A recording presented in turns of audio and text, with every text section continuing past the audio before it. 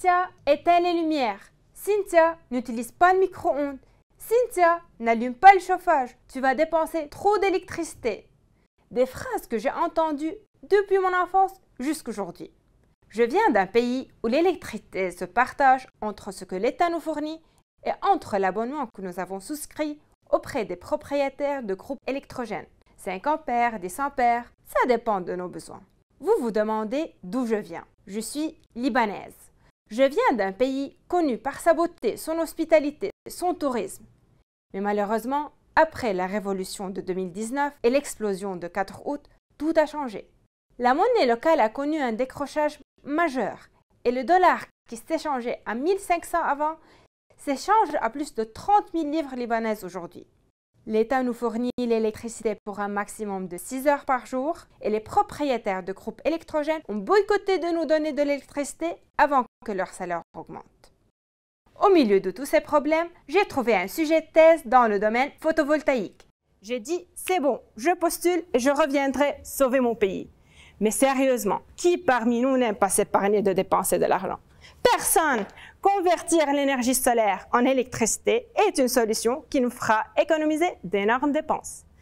Ma thèse vise à développer des cellules solaires consistant en une couche active, moins chère que le silicium et plus abondante, appelée la perovskite. Au labo, ou plutôt dans ma cuisine de recherche comme j'aime l'appeler, c'est moi le chef, où je fais au quotidien le même plat du jour, mais en changeant la quantité des ingrédients. Au début, j'étale mes couches de dioxyde d'étain, dioxyde de titane, dioxyde de zirconium et de la pâte de carbone successivement. Et à la fin, je parsème de la perovskite. Une fois mon plat terminé, je m'amuse à le tester. Ce plat de cellules est très sensible à la température et à l'humidité.